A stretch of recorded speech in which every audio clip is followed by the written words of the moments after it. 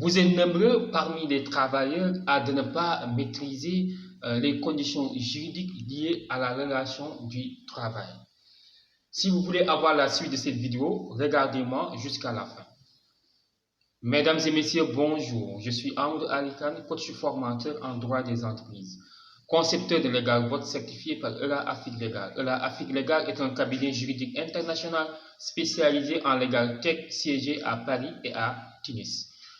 Mon objectif est de former et d'accompagner les commerçants, les entrepreneurs et à tous ceux qui sont dans le monde professionnel à mieux maîtriser la gestion juridique liée aux activités professionnelles. De 2020 à nos jours, j'ai eu à former plus de 100 entrepreneurs en présentiel et en ligne. Aujourd'hui, on va voir les conditions juridiques d'un contrat de prestation de service.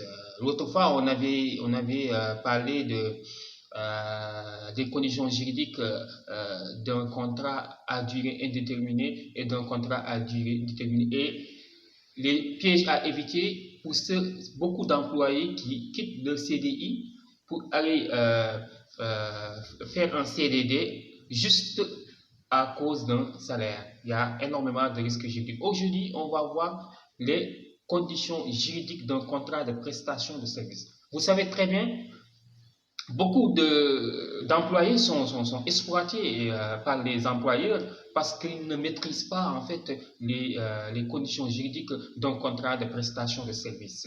Et il y a des employeurs qui abusent de leurs employés juste pour ça, voilà, en leur signant un contrat de prestation de service, alors que les conditions dont ils travaillent ne répondent pas aux conditions d'un contrat de prestation de service. Si vous retrouvez ces trois conditions-là dans votre relation de travail, ce n'est pas un contrat de prestation de service. Quand vous retrouvez le lien de subordination, surtout le lien de subordination, dans un contrat de prestation de service, il n'y a pas de lien de subordination. Ouais.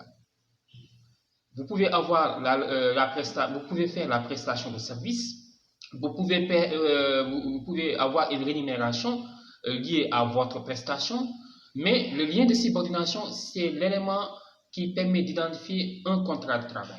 Dans un contrat de prestation de service, normalement et juridiquement, vous devez effectuer une prestation de service pour une durée bien déterminée, momentanée, et vous êtes rémunéré forfaitairement de la suite de cette prestation. Donc, c'est des prestations de service. Donc, l'employeur n'a pas le droit de vous obliger à travailler plus de 8 heures de temps donc, par jour. Non, non, non. Parce que c'est un contrat de prestation de service. Vous effectuez une prestation et vous êtes rémunéré à partir de cette prestation-là. Donc, c'est ça un contrat de prestation de service. Et si votre employeur vous demande de venir faire un travail chaque jour pendant 8 heures de temps et il vous donne des ordres, sachez que vous n'êtes pas en contrat de prestation de service, mais vous êtes en contrat de travail.